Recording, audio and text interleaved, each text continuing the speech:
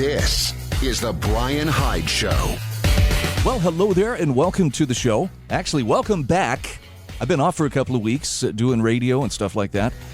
But it's good to be back, and to further celebrate, I invited my friend Eric Peters from Eric Peters Autos to join me. Eric, how are things in the great Commonwealth of Virginia these days? Well, we're getting a little bit of a prequel of the apocalypse to come when all the power goes out. I've got a plate of eggs that I'm trying to cook on my wood stove, but it's not quite hot enough yet. And we don't have any water because my generator isn't working correctly, or there's something hinky going on with the wiring. So it's a fun time today out here in the woods of Southwest Virginia. Okay, this is me trying to find the silver lining in the storm, but it's probably good to find out where some of the weaknesses or where some of the bugs are before, it's a long-term kind of feature. In other words, hopefully you suss out whatever problems there are, and the next time something happens, you can just say, well, I'm glad we caught that when we did. Well, sure. And I've got one of the problems is parked out in the driveway. I've got a Honda Prologue EV. Oh. that only has about 100 miles of indicated range on it the last time I checked. And the problem with that is that the drive into town and back for me is 60 actual miles, but that'll be more than enough to burn through the 100 miles when it's 19 degrees outside. And I'm debating with myself whether to risk it, because if I go down there thinking I'll be able to find the fast charger, and the fast charger is non-compos mentis because of the cold or for some other reason, I'm stuck. And then they're going to have to call a flatbed to pick the stupid thing up, and I'll have to hook it back home somehow. Dang it. Once again, you make me want to buy an EV right now. Yeah. Okay. Maybe yeah, not. Isn't it great?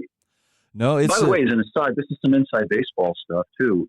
Ordinarily, EVs, at least all the EVs that I've been loaned to test drive, come with a power cord so that you can charge it at home.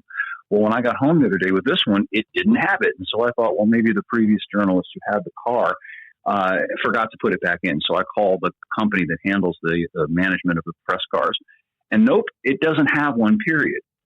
If you could imagine that, Honda sent this thing out into the media fleet without a charge cord. So that forces me to go to one of these fast chargers, which may or may not be working. Oh, so, right. And apparently this is becoming a trend. This is now like an extra cost item. You have to pay a little extra to get that. So it's kind of like, you buy a new car and the tires cost extra. That's right. Maybe, oh, you want an upcharge, huh? And maybe they're doing this on purpose to actually kind of throw a wrench into the works.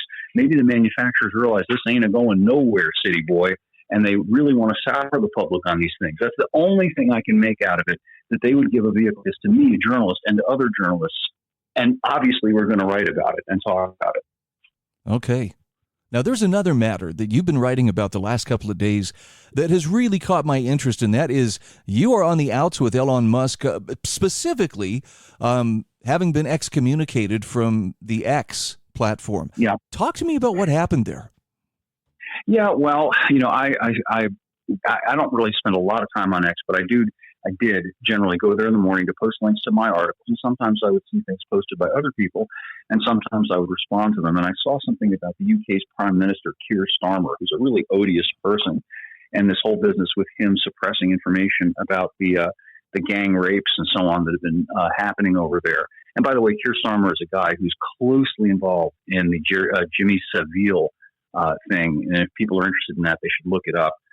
Anyway, Starmer is a really reprehensible person. So essentially, I wrote on X that I kind of hope that what he has allowed to happen to kids in particular over there might be visited upon him.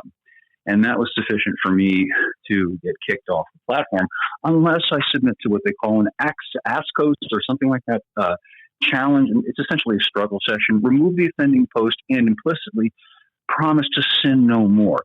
And I thought about it some, and I thought, this is a lot like what happened to me 4 years ago when I got kicked out of that coffee shop. Remember we used to talk about that? I do, yeah. Because I didn't wear the mask. I didn't obey. I didn't bend the knee. Well, I'm not bending the knee now either. I'm not going to have it. I won't do it. And it got me to thinking about how we all self-censor, don't we, when we're on these platforms, whether it's X or Facebook. We keep our hands hovering above the keyboard because maybe that word is going to run afoul of the algorithm. If I show anger, it will be a violation of community guidelines. So really, it's really insidious. They get us to censor ourselves. They don't even have to do it themselves. And, we really ought to have a problem with that. And I certainly do. And I'm just not going to be a part of it. And I feel a lot better, actually, now that I've disconnected from X. Well, I commend you, for your integrity there. And you're right. I find myself hesitating. I don't share much on Facebook anymore. That platform's kind of gone the way of the dinosaur. But I spend a lot of time on X because there's a lot of good information to be gleaned from there. But you're not the only one I'm seeing saying, wait a minute, what's this kindness requirement and positivity requirement that suddenly has been foisted on us?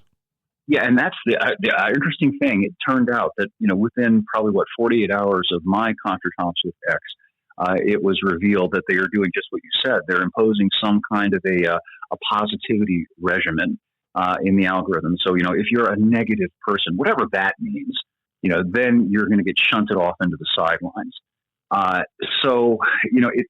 It's just reflective of the general grift of Elon Musk, in my opinion. I know a lot of people want to see him as some kind of great hero, but rather than go by what he says, let's go by what he does. He's not an advocate or defender of free speech. He really isn't. If you say things he doesn't like on X, X will block you. X will suppress you. That's absolutely a fact. And he's a grifter. He built his whole Tesla empire on this grift of the EV thing. And now that he's in good with Trump, he wants to have the federal government rescind that $7,500 subsidy so that his competitors are at a disadvantage relative to him. And finally, the last jibe that I'll level at Musk is that he'll tell us about how awful and dangerous AI and robotics are. They're an existential threat to humanity. But who's pushing that more than anybody? Point taken.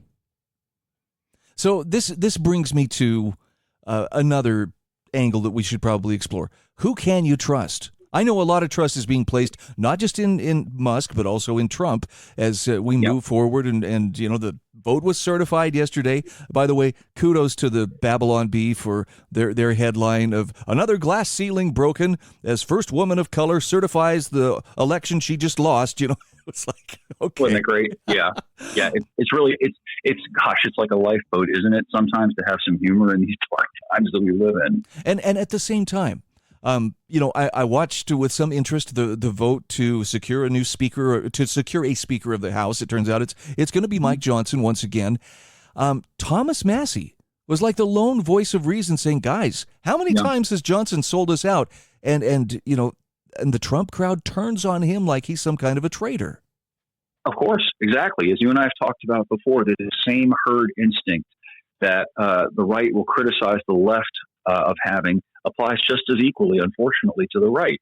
If it's their guy who does it, then they rationalize it, they defend it. One of the things that worries me the most about the incoming Trump administration, as you and I think have already talked about, is that this whole business of finding and deporting these 15 to 20 million illegals is going to require finding and identifying you and me and every other American. And we're going to have to be subjected to some sort of national ID passport checkpoint regime. And if that were something that had been done by Biden or Harris, people on our side would revolt.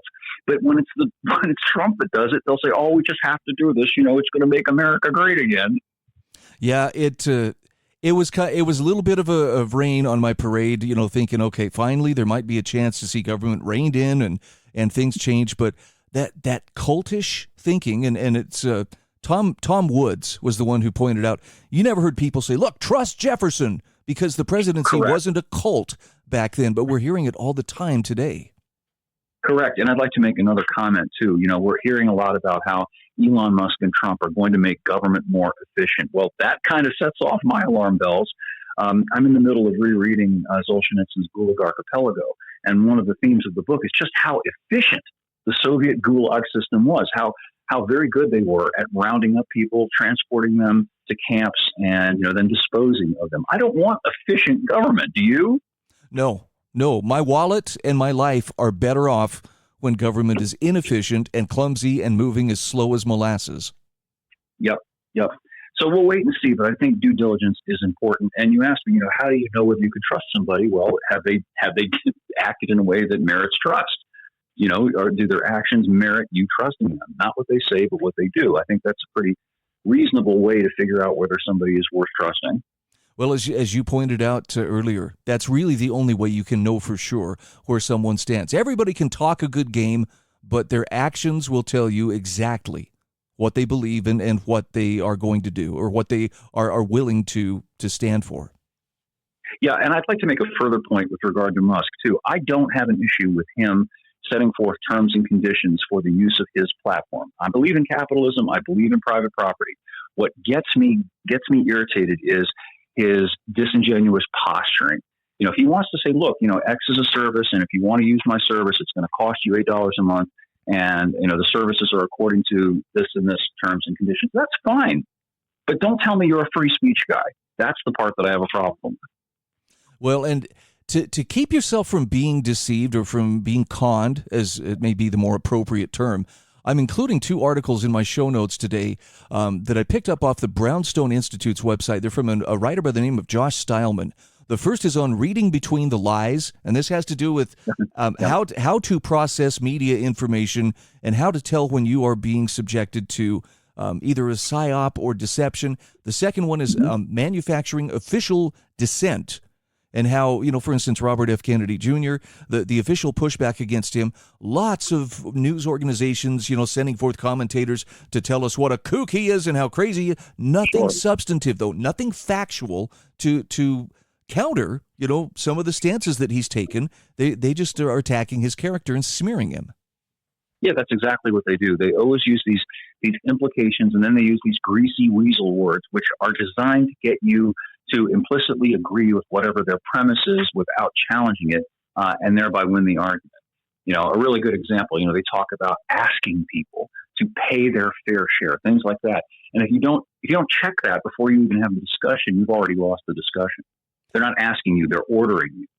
And one of the things that I have found that particularly the top reporters or narrative managers, as I like to call them, they're very, very skilled at giving you things that are technically true but not complete, which means they're not giving you a factual, good, true representation of what the truth is.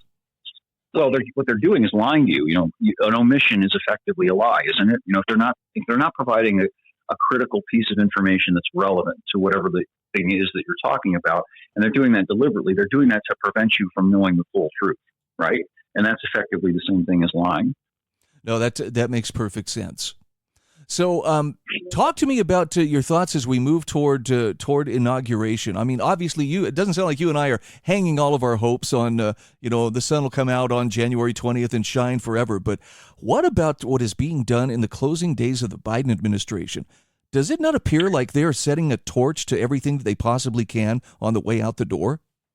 Well, it seems like that, and it seems like it's a personal thing at this point. I don't think it's implausible that Joe Biden is irritated. No, that he's furious about the way he was pushed out. And I'm not defending Joe Biden, but on a human level, I can see why he would be angry. And apparently his wife is angry. And so apparently they're doing things that are particularly designed to, and I think this is the term that I heard used, burn it down. Yeah.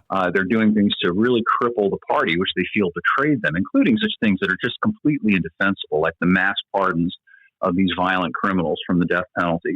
And of course, the pardon of his son, which is egregious. It's the sort of thing that's going to haunt the Democratic Party for a long time to come. Even the rank and file Democrats, of course, will just, shove under the rug the biggest steaming pile of turd imaginable.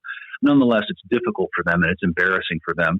And it wasn't necessary for Biden to do these things. And yet he's doing it. So, begs the question, why? And I think the answer is because he's angry, and this is his way of getting revenge as he shuffles off into the history books. Yep, it confirms to me the pettiness that I have long suspected dominates politics, but it also seems very dangerous. And Trump is saying, well, I'm going to negate or I'm going to undo all of those executive orders Biden's signing the second I get into office. But when did the presidency become, the fulcrum on which all government power moves? Well, it's been that way for a long time, arguably since at least Wilson and Roosevelt. It became effectively an elected dictator. And this whole business of executive orders, what are those? Except there's a great German word for it, Führerbefehl, which means a Führer order. That's what they called it back in the late unpleasantness in Germany. And it was simply Hitler issuing a decree that had the force of law. And that's essentially what they're doing now. Under the Constitution, The president is essentially supposed to be an administrator, a chief executive. Congress writes the laws. The president makes sure that the laws are enforced. That's it. He's not supposed to be a legislator, but in effect, isn't that what he's become? Because these edicts, these executive orders and so on are effectively laws. Well, they're sure using it to fine effect. Tell me your thoughts on, as Congress now has been seated and sworn in, do you feel any sense of hope that there's anybody fighting the good fight, or is it just going to be a different flavor of business as usual? I think it's going to be a different flavor of business as usual. I think what you mentioned earlier about the handful of good people in that body, such as Thomas Massey and Rand Paul, maybe another one, they're the distinct minority, as Ron Paul was 20 years ago. Very, very few people in either house of either the House or the Senate that have actual principles that they're willing to stand up for, other than the acquisition of their own power and the enhancement of their own wallets. And I don't know how it ends. I don't think it's going to end well, but that's my take on it. Okay. And I know that you keep pretty close tabs on how official government work sometimes serves the citizenry to its detriment. I don't know if you've seen this story coming out of, I think it's Buscombe County, North Carolina. This is one of the areas that was hardest hit by Hurricane Helene. Massive flooding. 11 members of the same family died in a landslide and so forth. Yep. I just saw an article, and I'm still trying to confirm this, but I can't immediately dismiss it as that's just too preposterous. It couldn't be true. The tax collector, the property tax collector for the county is saying, doesn't matter that your home's washed down the river, your property taxes are still due. That sound about right to you? Of course. And by the way, getting back to Biden, they just approved, or Biden, I think, just on his own say-so, signed yet another massive multi-million, if not even billion-dollar boondoggle package to our friends in Ukraine, meaning Zelensky and the defense industry in this country, which apparently tells me that one Zelensky is worth more than however many tens of thousands or even hundreds of thousands of Americans have suffered in North Carolina, and the federal government's done essentially nothing for those people. My understanding was it allowed them a $750 loan, which is beyond insulting. That's it. A loan that was secured by the title to their property that they're obliged to pay back at some point down the road. And I'm not far from there. We're about, I don't know, probably about 200 miles from there maybe. And it's cold, and those people are out of luck. I don't know what they're doing, and nobody's talking about it in media either. Only a few alternate media sites are even bringing this whole thing up. Kind of curious, huh? It's almost like these are the things you're supposed to notice, but don't worry about all that other stuff that we're not talking about. Yeah, that's remarkable, isn't it? As if on cue, for example, they'll start talking endlessly about Kyiv, and then they'll shut it off like a spigot, and it's just gone, as if that war just sort of put on pause. And the same with regard to what's going on in the Middle East and Gaza. There'll be a few news stories, and then there's a blank out, nothing, as if that had just stopped, and it hasn't stopped. All of that awfulness continues, and they just shift gears and move on to the next thing, and it's kind of a form of whack-a-mole. They want us to constantly be trying to figure out what's going on and keep us off our feet and keep us unable to really understand what's going on. I think it's all very deliberate and it's very malicious. Well, and it's one of the reasons why I recommend, and I'm not a doctor, but if I were, Dr. Bryan would recommend, wean yourself off mainstream media. And you'll find that your peace of mind will be considerable. If there's something that really matters, something that you need to know, it's better to go research it yourself and, yes, put in the time and effort to suss out the facts, go to sources you do trust, rather than try to drink the poison and then barf up enough that you don't die. Yeah, and not to toot my own horn, I don't mean to do that, but if you're interested in having conversations and interested in free speech, rather than go to X, why not go to sites like my site and other sites, many of them. Now, they're smaller, obviously. They don't have the same reach that X has, but support those sites. Go there because that's where you can speak freely, and you aren't charged to speak freely. You can say as much as you like about what you like. We need to decentralize. We need to decouple from these rigidly pyramidal structures that control everything. I think people should think about, do you really want Elon Musk controlling what you're allowed to say? No, that's a good point. And I'll throw in an endorsement here for your site too. One of the great benefits of your site and the fact that you do not stifle or throttle free speech is you have the brain power, the collective brain power of many, many people coming at things from many different angles and thousands of years of experience combined. If you want to find good information, you will find good information and things you hadn't considered before, bad information will be quickly found out and discarded, and that's how it should operate. It should. And another thing I'll say, without going off on too much of a tangent, one of the things I've never liked about X is the way it curtails thoughtful commentary. You're limited to essentially what amounts to a long sentence or a small paragraph. How are you supposed to deal with or elaborate a complex issue in that brief period, in that brief amount of words? You can't. So, Twitter, X, whatever you want to call it, I think was purposefully designed to stunt intelligent conversation and reduce it to these soundbite quips, which doesn't further anything except the stupidation of the public. Hear, hear. Eric, great to catch up with you once again. I know you've got some challenges to deal with today, so we're going to let you move on to those. But I've got a link to your website in my show notes. I encourage everybody, go check it out. And best of luck with the whole Arctic Express that's headed your way. Well, I'll keep you posted, and next week we'll probably be able to talk some more about this Honda Prologue EV and the adventures that I'm having with it. I'm looking forward to it. Thanks so much. You bet. This is the Bryan Hyde Show.